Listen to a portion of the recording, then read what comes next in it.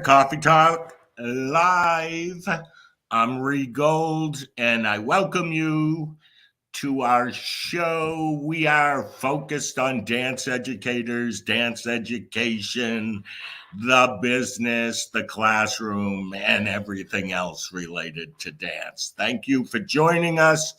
We are brought to you by the Ree Gold Company. And I want to introduce my co-host, Laura Giacomelli. What's going on, my friend? Hey, Ree. I'm sorry I missed last time. I'm so happy to be back. I feel like this is a great way to start my week, even though it's Tuesday, but we're still starting the week. How's teaching? How's the studio? Teaching's good. We're in like full effect for getting ready for our February gala for our company kids, which is like our little like showcase of to like parents and families, get them on stage, just like our dress rehearsal before competition season starts. And recital, costumes are coming in and getting recital dances started. So we're like back in full effect at the studio. So it's good. It's like exciting but busy. You beginning to competition season soon? Yeah, so we go to 3 regionals, and then we have an optional additional one for our solos, duos, and trios. So that starts mid-March. So we still have a little while, but our gala is the end of February. So we're like full speed ahead with cleaning. I just started cleaning all my dances last night, and my senior modern dance, we're using a prop I've never used before. We're actually using canvas boards. So as a choreographer, I like to kind of challenge myself, but I was like, this is like having a whole nother person on stage, and how, it just adds a whole nother like dynamic to the space and to the choreography. So it took me a little bit longer to choreograph, but it was good. Yeah, challenge yourself. Yeah. And integrate it into the choreography and create something unique and different. Yeah. Good for you. Yeah. So I finished it much later than what I'm comfortable with, but I was like, to see it visually, I needed to take like a couple extra classes and videos to like step back and really see it. But it came together really well last night, and the dancers really like it. So I think it's going to read the way I want it to read, which, it just needed extra time. So what is it called? Social media. It's about the girls. It's all female cast, and their inspiration is the most hurtful thing someone said to them on social media and how it made them feel and how they kind of overcame it. So yeah, so not giving too much away. The canvas boards have that, and they incorporate that, and so I don't know. You're making a statement. Yeah, a lot of my stuff is a lot of statement. My senior modern's kind of known for that at my studio. So I'm excited to just see that come to life with everyone. It's all painted and the costumes, the lights. I'm excited for all of that. It's gonna be a good number, hopefully. Good for you, my friend. I want to say hello to Scotland. Oh my gosh, Scotland today? Whoa. Yes. I want to also say, those of you that are watching, in the comments, let us know where you're from. Who are you and where are you from? We want to know. I just got done with the Gold Alliance retreat this weekend in New Orleans. I know, I missed it and I'm bummed. And I had FOMO the whole time looking at the photos and the videos and the posts on WhatsApp. I was like, oh, but how was it? It was a good time. The Gold Alliance, we work together every Friday, but we don't see each other so much. So when you get together, I don't know, there's something special about it because we're so close through the Zoom call, I guess. I did learn something. We laughed. We went on a cruise, a dinner cruise, but I learned something. I went at the retreat with, there's got to be some meat to this. We have to have these sessions And really, every time I'd start one of my sessions, we'd just end up talking and talking and talking, and nothing would go as planned. So next year, there isn't going to be an agenda to the retreat. Yeah. Or it'll be a limited agenda, because getting together with each other and sharing, whether it's business or just living the life, is really what it's all about. Yeah, and I think that's what makes the Gold Alliance, being a member of Gold Alliance for so many years, that's what makes our group special. It's like an intimate group, and we really get to know like each other's business life and personal life and what everyone's work life balance and goals are. So I feel like when you actually get us all like into a room together in person, it's like yes, we're like, you know, we're in the same group, so we're all leaders together, but when we're together, it's like it's a group of friends getting together. It's not, you know, in one of your advertisements it says we're not just a number. I like, and that's very much what that group is about. It's like getting to know each other and the camaraderie within our group. Like you're saying, you don't need a schedule to like make that magic happen. Right. Wanting to help each other, it just naturally happens because we know each other that well, which is neat. I love us. Yeah, I do too. And we're going to bring in some other people we all love, some of them Gold Alliance members, all of them IDEA members. I've always been a guy who loves Canada. I grew up with Brian Foley being one of my mentors, who's been on this show. Mm-hmm. And, you know, really kind of grew up knowing the Canada dance culture. Mm-hmm. So when I started IDEA, I wanted the Canadians to feel just as welcome as our U.S. friends. And I've made some really great friendships with some Canadian teachers and friends. And that's who we're going to talk to in a moment. Enjoy this promo for our summer events in July. Listen, I want to say this. If you're a studio owner, teacher, and you want to do something different that you don't have to reserve 8 years in advance, think about doing Soul and the Dance Life Teacher Conference. Soul for the kids in your studio, your faculty as well, and then the Dance Life Teacher Conference immediately following that. And I'll tell you what, I promise you, it will change the culture and perspective of your entire studio. With that said, here goes. See you in a minute. And maybe more than a minute. Here you go.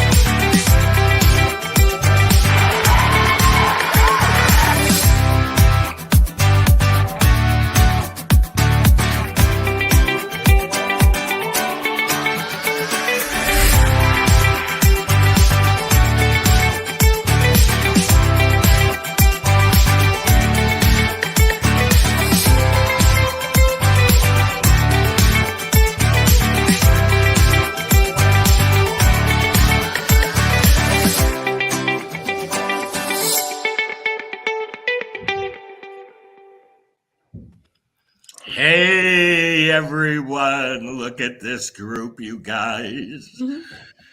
Welcome to Coffee Talk. I know all of you, love all of you, but I'm going to quickly ask you to tell our audience a little bit about yourself. Miss June. Hi, I'm June Lawrence. I'm from Mississauga, Ontario. I'm a studio owner of 39 years. Welcome, Miss June. Rebecca. Hello, I'm Rebecca Brettingham Felice, and I'm from London, Ontario, Canada. And I've had my studio for 27 years, which I started when I was 21 years old. Man. Awesome. Welcome. And then my triplets, who wants to go first? Ann, Hi, I'm Ann Bentonville, and I'm one of the triplets from the studio. We've owned it for 32 years, and we're from Ontario, Canada. welcome. I'm Christy, the second part of the triplets. Same thing, owned it for 32 years. Love it. Watch And I'm out Susie. for Christy. Moving on to Susie. I'm Susie Stidle McCall, and I am the third one of the triplets. And no, we're not actually blood related. That's just the name that Rhea has given us. Yes. I think it's really cool. I think you guys have a unique thing and that it works for you. And I respect that. So I'm going to start with just a quick start off. What do you think is different about the U.S. dance or culture from maybe what's happening in Canada? Or are we all alike? What are your thoughts on that? Jump in, because I know you guys all can talk. You don't have to be polite.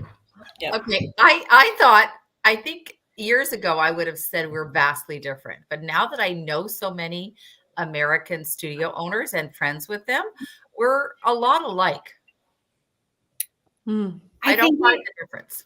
Yeah, I think it depends on, just like in the US, there's different types of studios. And I think that you can find all those different types in both countries. I think that maybe Canada leans a little bit more towards being very technical.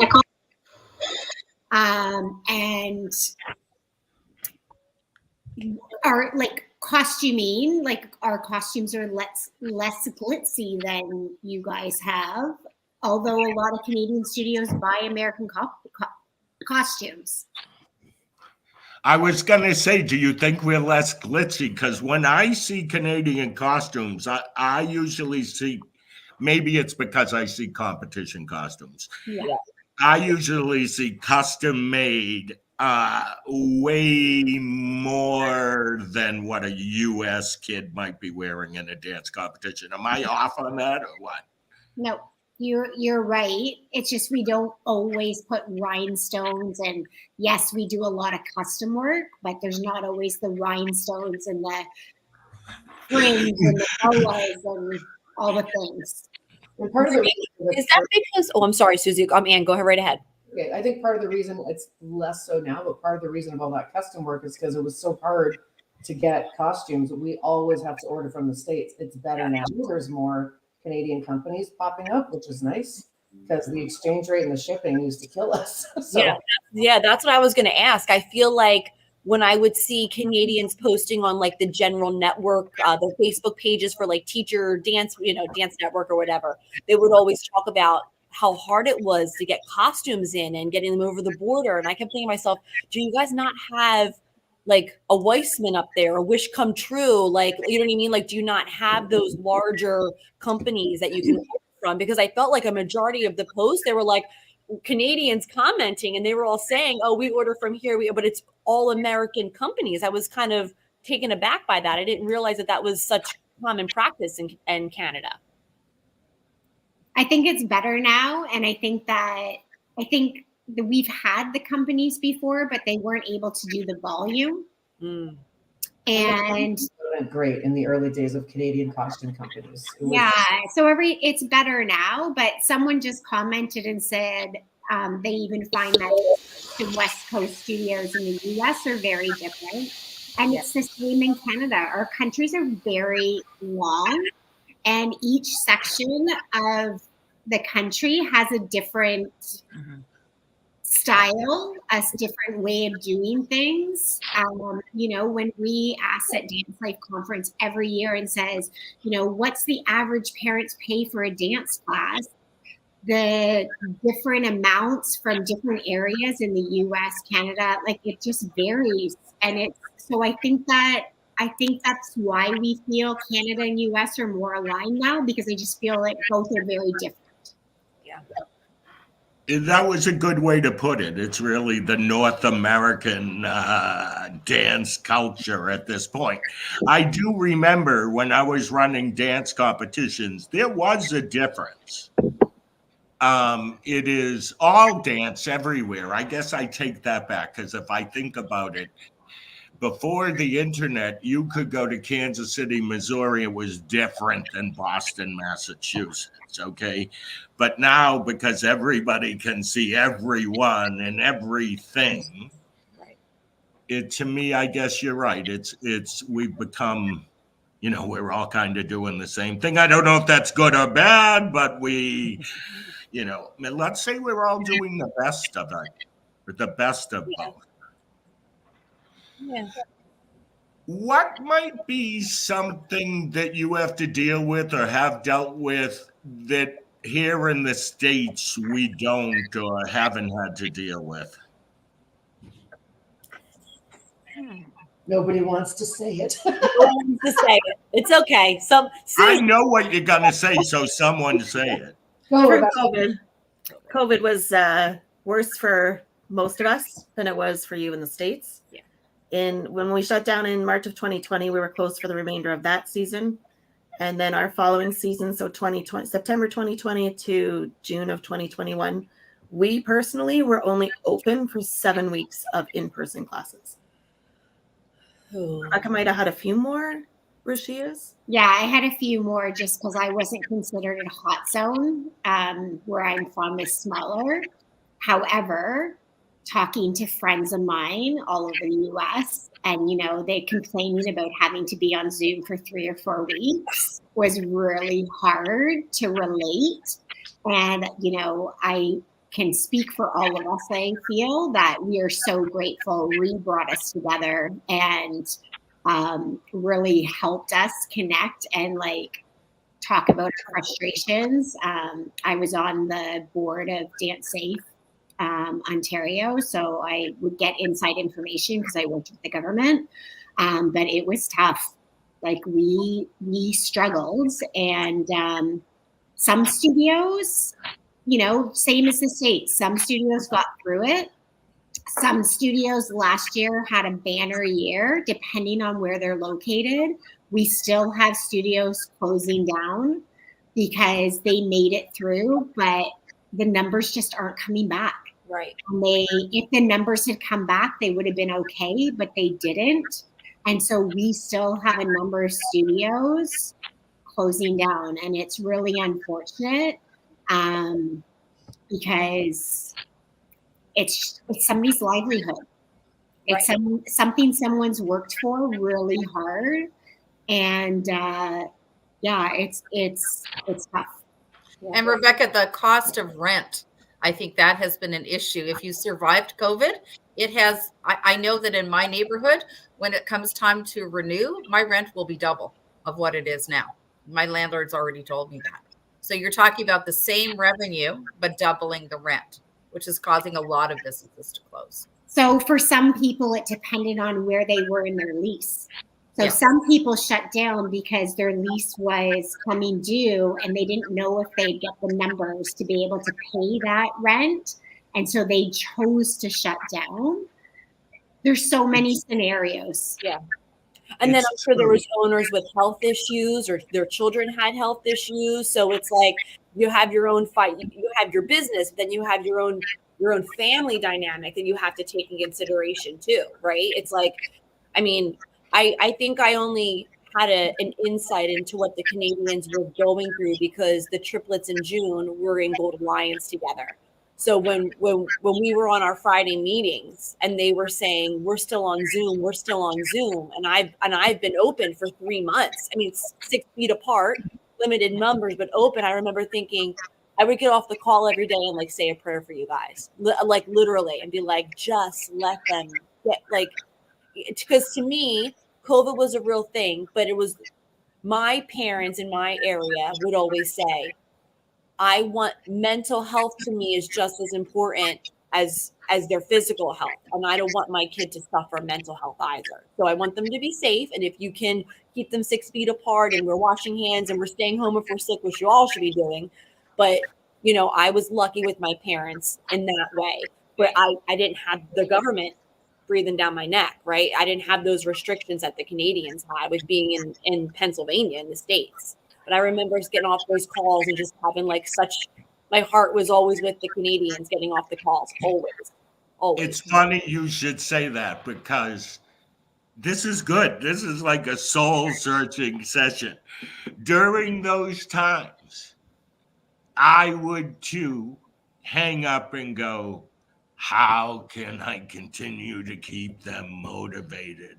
How can I continue? Because listen, this was hard being this guy who worked with both groups to help this one start off because their studio is open while having people on the call who couldn't even open their doors.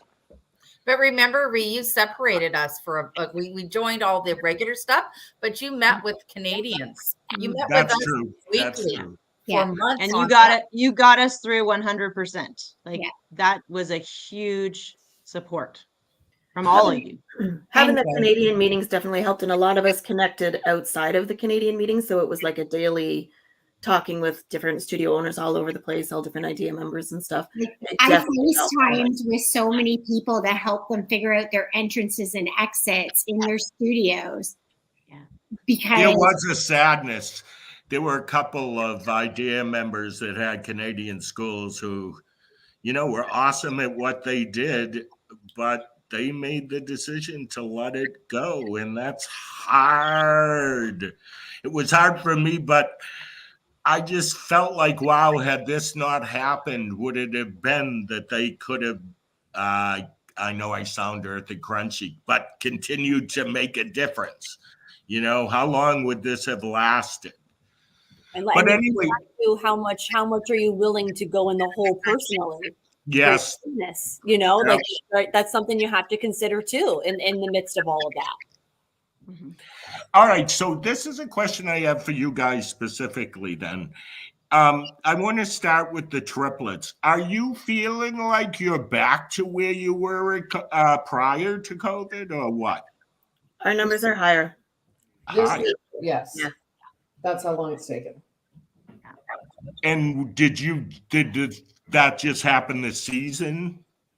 We were creeping up last season, but there was still a lot of ebb and flow, I would say. But this season, when we started off, it was like, yes, we're back. Who knows if they're all going to stay? But the seasonal programs definitely helped last year and probably will this year because people didn't want to do the full year commitment.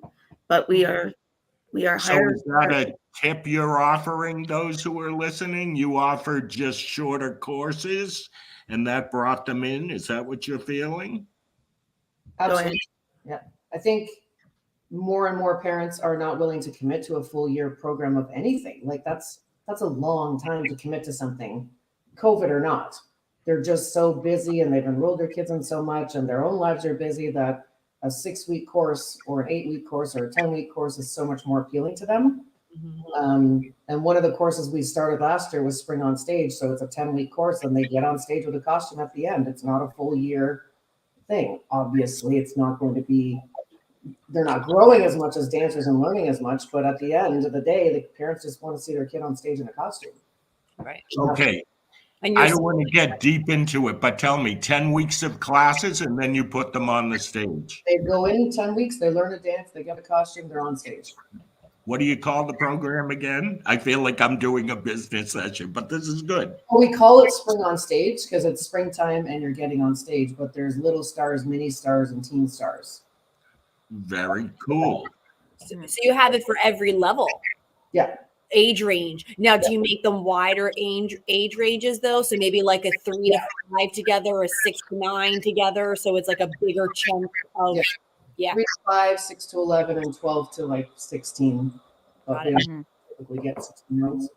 Okay, that's Coffee Talks business tip of the day. You know Rebecca, what we also noticed? Sorry, What? we also noticed that our adult classes were booming. So through COVID, I think the parents, as much as they were so concerned about their kids' mental health, they actually sat back and went, wait a second, I need something for myself. Our adult classes, like we've got tons of adult hip hop, adult ballet, adult tap, adult jazz, and they're full.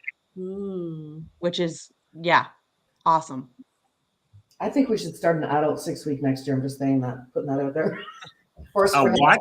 Say that again. I think we should add an adult spring on stage class next year. Yeah, I think that would probably go. Yeah. What a good It'd be idea. good for the alumni coming home from university.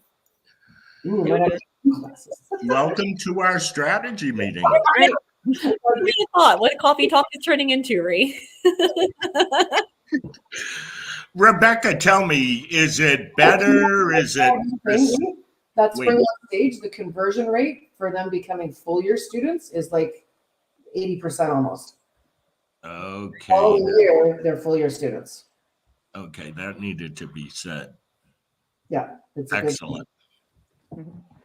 Rebecca, the same, more, less? I would say I'm a little bit under 2020 numbers just because I had a massive growth that year, but I'm like just under. However, I changed a lot of my pricing. So I'm ahead, much ahead. And I was a huge advocate for Ontario Studios doing the 6, 8, and 12-week programs. And that has been huge. And it's also, I think, because parents want their kids to try everything because they couldn't do anything. And so they just want to put them in everything for a little bit. Someone mentioned about mental health, and that was huge. We found a huge problem with it. That I actually started a company, which is on Rue's website, which is great. Mindful Dancers, because the kids still, the problems we're finding. We start kids at 2.5 at our studio, and we have a move together class. So it's a caregiver and child. And we are finding that normally they start 2.5 independently, and we're finding even 3-year-olds going into the class with parent because they can't separate from parents, which is fine. But the ramifications of COVID here, especially for ourselves, our students, our families, is massive. And so I think that for us is probably one of the biggest things we have to deal with as studio owners right now. And I take it very seriously on what's happened in our society and how we have to help make it better. We're doing even more than we've ever done before in our dance studios. I agree. I'm going to come back to that topic in a minute. Sorry. No, that's okay. June, do you feel like you're at the level you were before? I think we're slightly past it. Like Rebecca, in terms of how we charge for classes, that's changed a little bit, but our numbers are definitely back, because just before COVID, it was a terrific year for us. Like I was looking at, taking on more space and all of that. And then COVID just like we lost more than 50%, right? So it was brutal. So yeah, we're back slightly above. I agree wholeheartedly with what Rebecca said about the treating parents or dealing gentle hands with parents, because they are not ready to separate from all their COVID children. All the kids that were born in COVID are 2 and 3 now, and the parents have had them so close to home. They're nervous about bringing them into the setting. So our caregiver class goes up to age 3 as well. Ree, can I just make a comment? Please. I just wanted to say, after hearing like everyone's how they kind of shifted their business, whether it was increasing pricing, changing your schedule, what you're offering, the programming, like downgrading space, not upgrading space, like how everyone got so smart through all of this. Like that's, COVID was terrible, but I feel like the people who like survived really took a look at their business and took a look at how the world was at that point. Like, what do I need to do? What can we shift? What's going to change? And like like how the Trip was saying, and Rebecca, how you have those shorter programs, and you're going to continue with that, and how that translates to, you know, year-long children in the fall, the following semester. It's kind of like, that's one thing, how like listening to all of you, like how knowledgeable I think you all are now. If there's one positive takeaway from COVID, it's just like how we all kind of grew, you know, as business owners. 100%. I think there's a lot of the positive out of COVID, like your staff, you now have more connection with them. You're not trying to get them to come to meetings. You're not trying to get them. You can just pop on quickly, just like we are right now.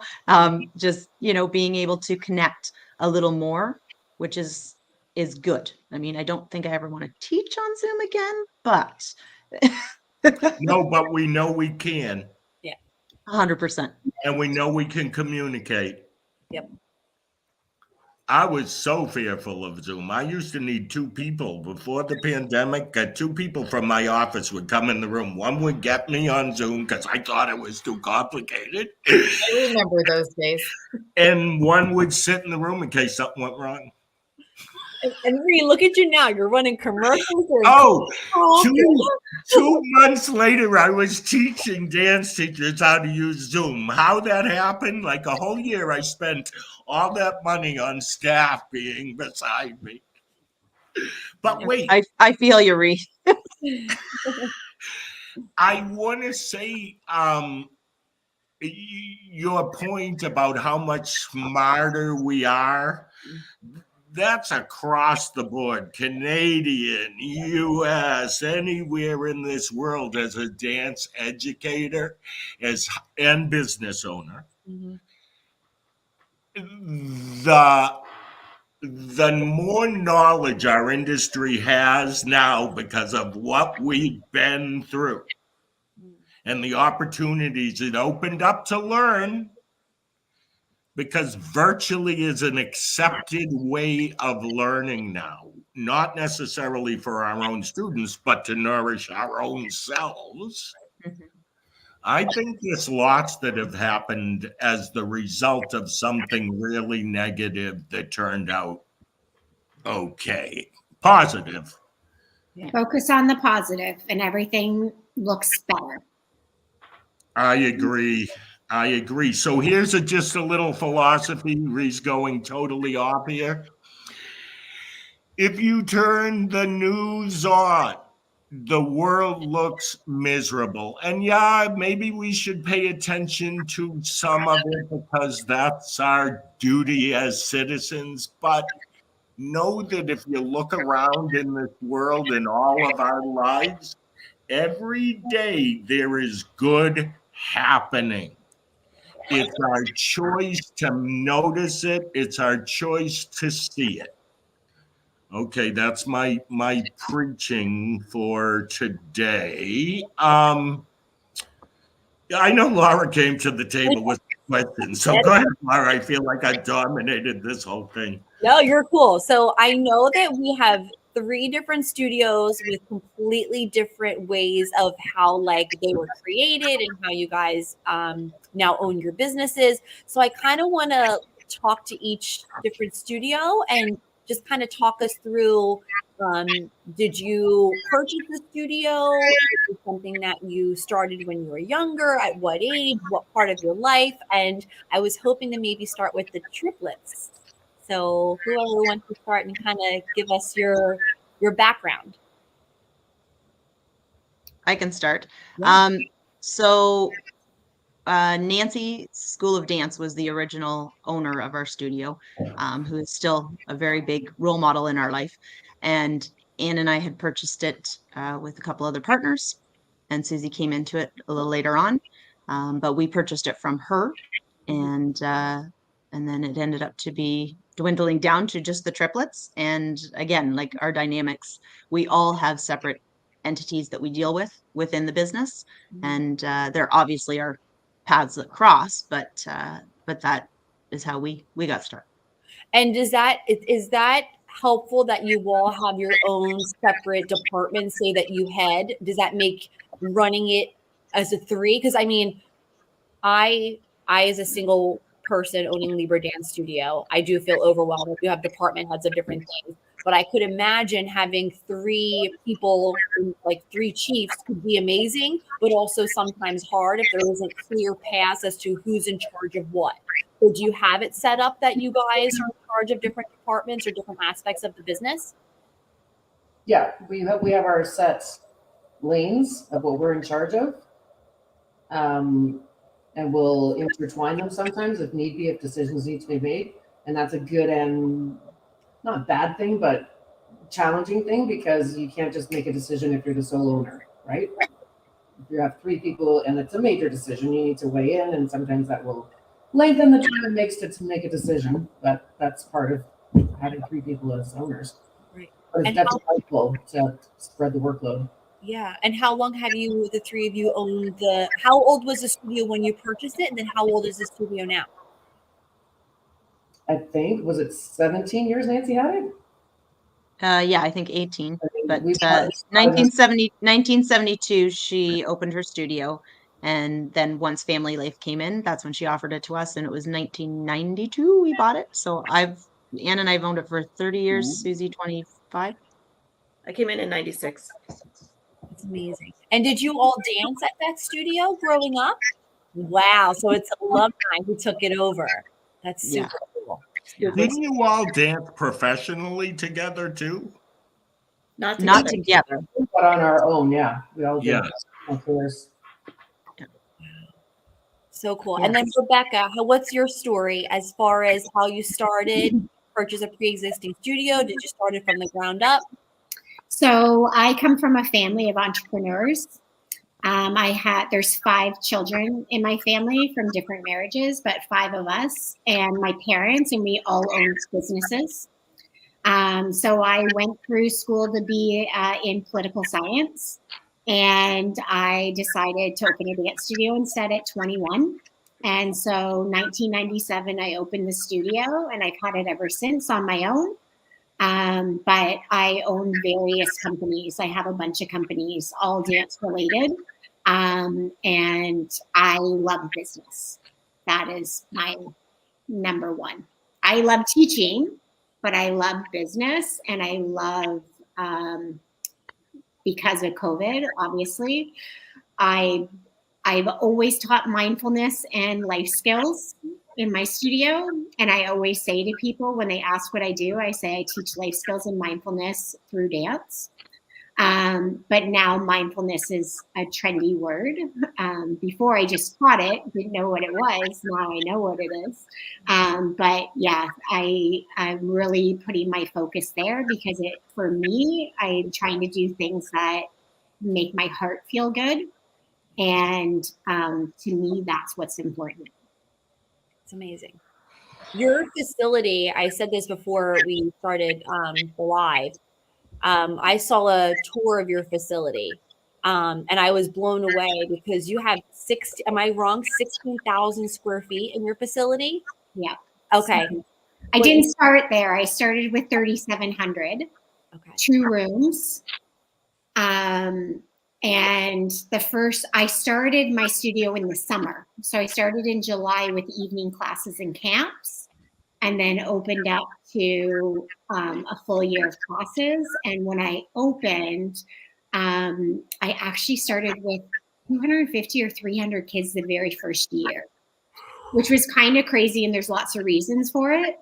But yeah, and then I've grown to the 6 rooms.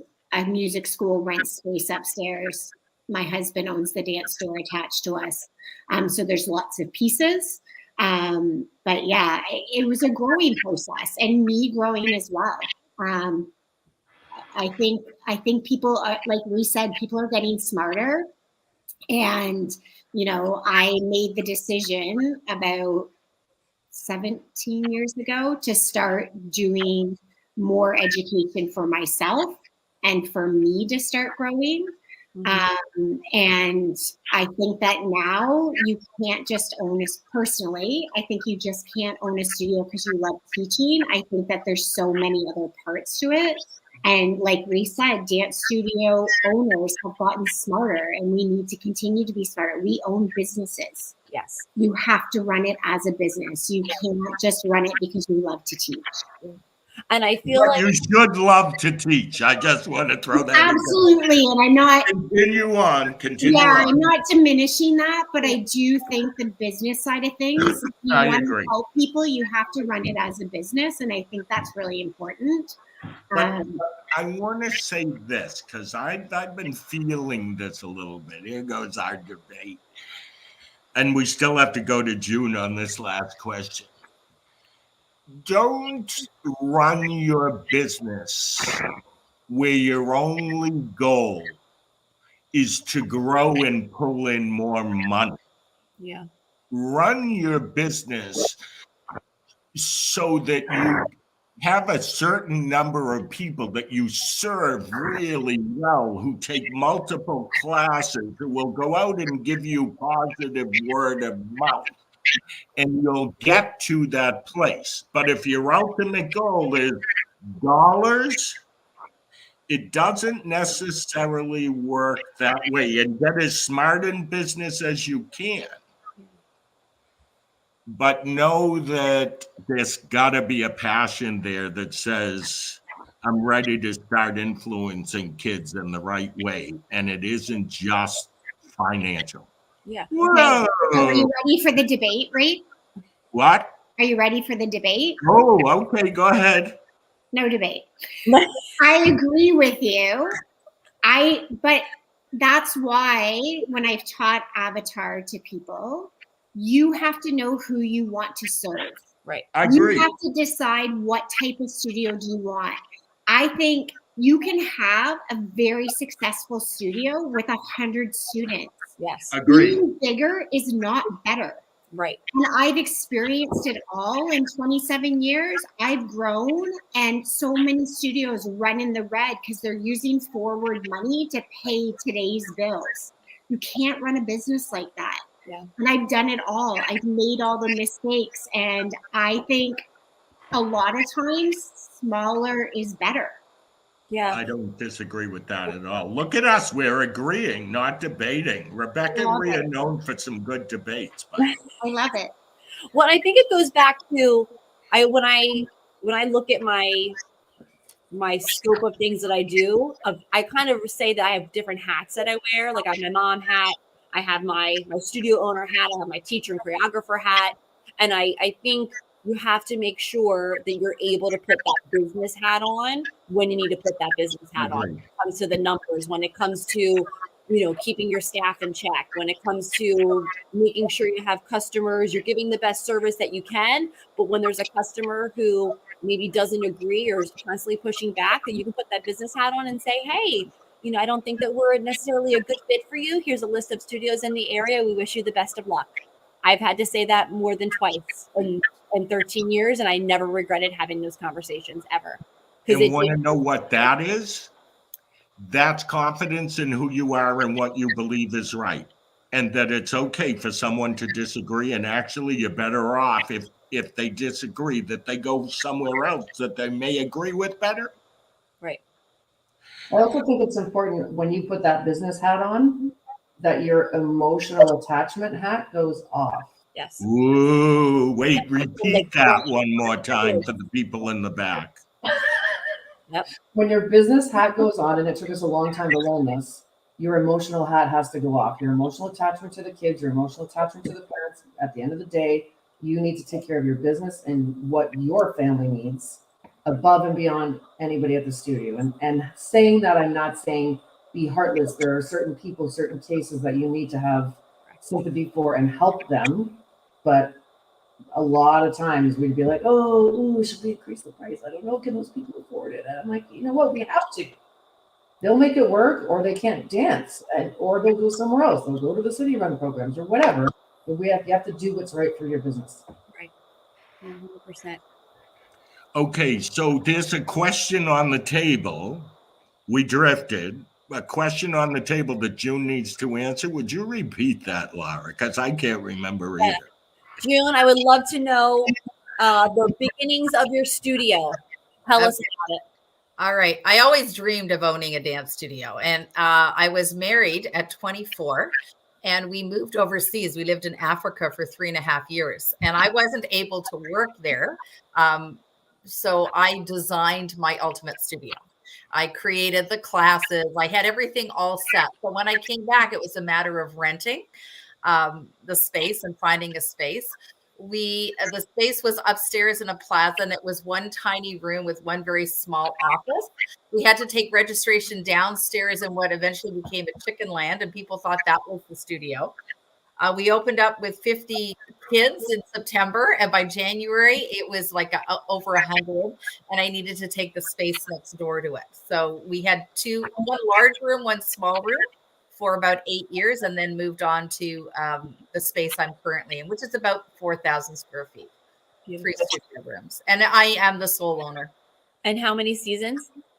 39. We're in season 39 this year. Amazing. Amazing. And you have a daughter who's recently come into all of this, correct? That's right. He is now my operating director. So because of all the education I have been able to partake in, setting up an organizational chart or an accountability chart was one of the things in the last 3 years that I did that. And as a result, I now have an operating director. And that's her role right now. Is the intention that the future of the studio will be her? That's a process the legacy process that I'm into right now. So learning and educating myself on what do I want my role to be in the studio and what I want her role to be, and us having that conversation about exactly what that is. I love that you called it a legacy. I'll do it like you do, though, process instead of process, because that's what just over the border, we say process, but I know that you say process. I love that. I love that word. You sound so like you're on top of it. So that's going to be fun because I don't see myself as being totally out of the business. I want to be there in some form, but not running it. Yeah. The owner of the studio I went to growing up, they were open for 43 years. And she actually never taught dance. She opened it for her daughter growing up. And her daughter unfortunately passed away very young. And she only taught at the studio for like 2 or 3 years and passed away. So her daughter's best friend stepped in, but the owner was Anna Marie, and it was called Anna Marie's Dance Academy, and it was open for 43 years. And it's so funny, she never taught dance, but I learned so much from her as a businesswoman because that was her role. She ran the business. So I remember I went to her and said, I think I want to do this someday. And she goes, come here, I'll show you how to work the books. And she opened her little, green tablets with all the that's how she did her profits, her loss, coming in, the cash, the checks. And she showed me how to do all of it. But it's interesting because I thought to myself, ooh, would I ever want to be in that position where I wouldn't be teaching? But I mean, that was her. She just ran the business. So I'm like, I could, eventually, because I couldn't see myself maybe not even being a part of it. I don't know. I just seeing my studio when I first opened up, it was just to teach dance. I did not have a business bone in my body. Yeah. I've since learned that I need to have a business bone in my body. And I wish, again, if I knew what I know now, then it would have changed it. But for sure, it was all about teaching dance and making that happen. But I got myself educated. So I'm in a much better place now. Yeah. Can I say this to you, June, and to everybody listening? Know that it was okay in the 50s and 60s and 70s to just have a passion and no business skill. And that it's only been in the last 20 years or so that people have started buckling down and saying, I'm going to turn this passion into something that's rewarding. Yeah. In the long run. My mother did it for the love of it. Mm-hmm. It was not that she was a rich woman. It was the love of it, and you got by. Well, Am I I hearing crickets? Do you guys hear that? Or am I Okay. I hear a little feedback of something, yeah. But I mean, I think Reed too. Like, I opened my studio in 2011, and I went to school for dance. I had my BFA in modern dance from Temple University in Philly, but it never dawned on me. I always knew I wanted to open a studio. It never dawned on me to take business classes.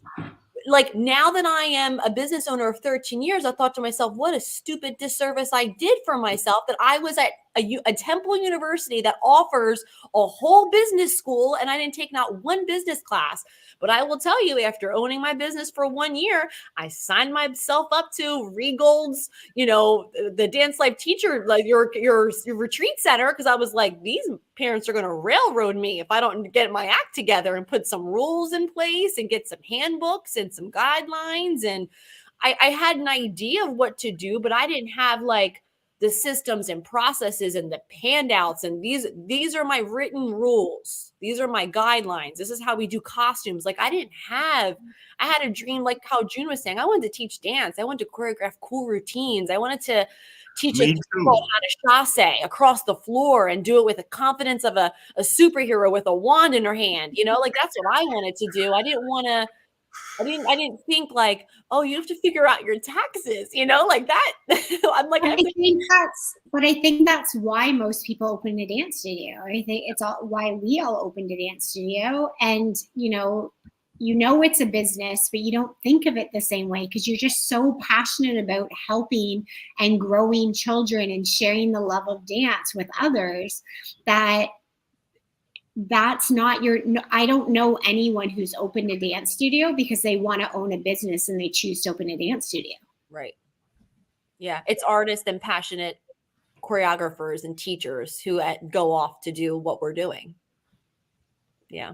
Yeah. The business aspect, I think, is, and like you're saying, a lot of times is the afterthought. But I think if you're doing it right, you figure out very quickly you need help. You need to make sure you have that education and however you're going to do it, go back to school, go into IDEA, get into the Gold Alliance, but continuing your education somehow, going to retreats and seminars so that you can have a successful business. Because I will say, the more the business is, at least at Libra, the more systems and processes I have in place, the less I'm thinking about all of those crazy extra things in the business while I'm in the classroom teaching. While I'm in the classroom teaching, I don't want to be thinking about payroll. I don't want to be thinking about rent. I don't want to be thinking about that email from that mom, that meeting I have to have tomorrow. Like, I don't want to have to worry about all of that. But if you have all of that, rounded up and ready to handle it when you have it in your schedule and you have your systems and your processes, I can enjoy the time that I'm teaching. Whereas early on, I could feel my brain in the classroom starting to like go in other directions. And I'm like, I can't, it's affecting me, like you have to figure that out, that business versus teacher's hat, like I was saying before. Not only that, it's the family side. Yeah. Having been in business for 39 years, I know that my family had challenges with me just constantly being focused on the business. So now it's a much better blend. Well, my family is older, but for those coming in, the next generation, there's so much out there to help them make sure that their family is thought of and they think of their family first and themselves and educate that. Okay, you just said a key word that's important, and themselves. Yeah. When Okay. Nancy sold it to us, she wouldn't sell it to one person because she knew how much it took on one person. And if you wanted to have a good family life and everything, then you had to have partners. So that was one of her things. She did not want it to just be one. Was it only her that owned it? Oh, interesting. So she knew owning it as one person. Oh. Mental health, not only for your students, but also for yourself. I want to say that I'm in 100% agreement. I think for those of you out there who may say, well, I want to make sure the mental health of my students is cool. I want to make sure the mental health of my teachers is cool. I want to make sure the mental health of my children is cool. If you're leaving yourself out of the damn equation, Not helping anyone. No, and don't be fearful. I think I said this. I think I said it at the beginning of this. I think everybody's still suffering from post-traumatic stress syndrome from the pandemic. And those of you that are leaders running dance studios, you're dealing with parents who are in that place, kids who are in that place, audience members who are in that place, dance competitions where the whole crowd is in that place. I feel like we have to take care of ourselves and be able to just do it without worrying about what anybody's going to think. Yeah. Whoa. I Yes, think, I have to read that last comment, Ree. I read it. It's so special. what is it?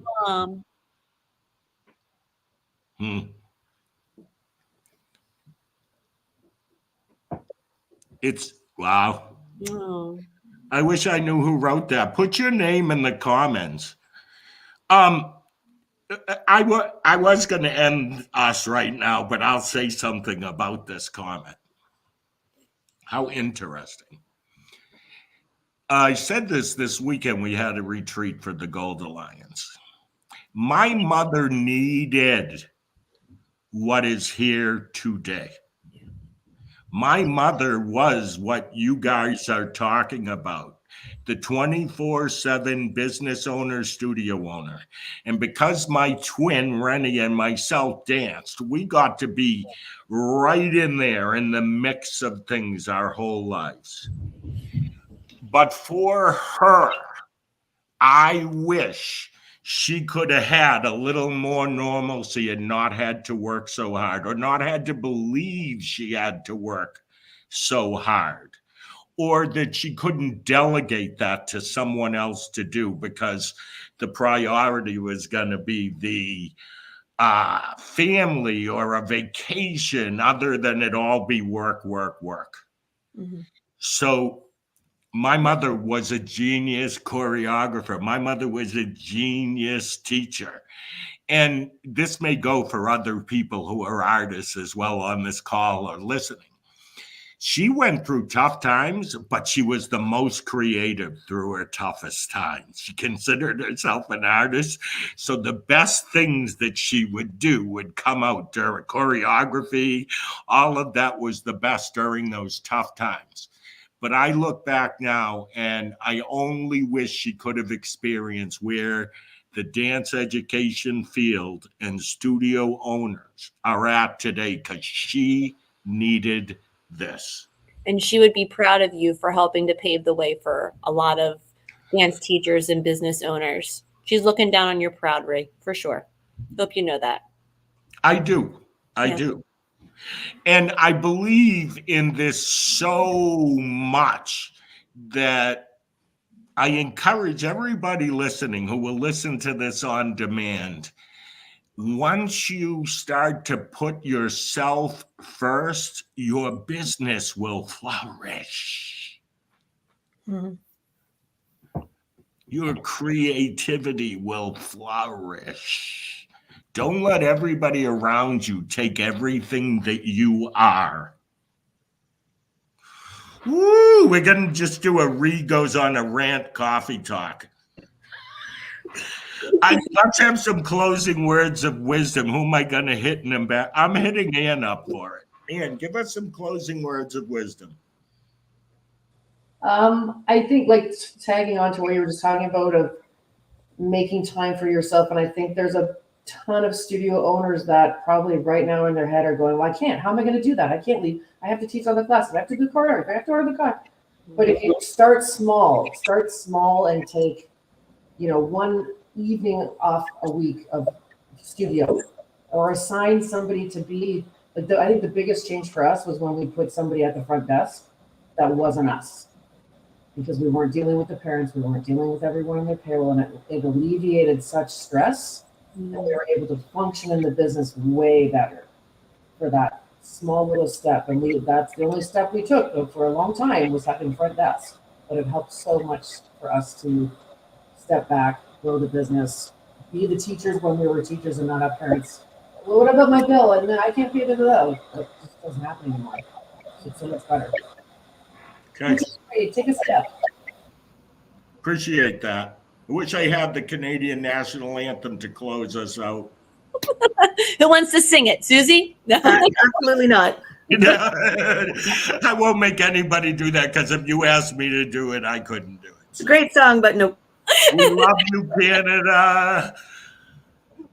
Margaret, that's who it is. Margaret is the one who's here from either Ireland or Scotland. Scotland. She's Scotland. And I visited her last summer. I met her first time at the retreat center. And last Really? summer I was in Scotland and we got together. It was a blast. Oh, that's so cool. Yeah. Yeah, the dance world is a small world. Yes, it is. It's Okay, magical. North America is in great shape, everybody. The future is bright. Thank you all for being with us. We'll see you again in 2 weeks, but on a Monday next time. Take care, everybody. Thank you.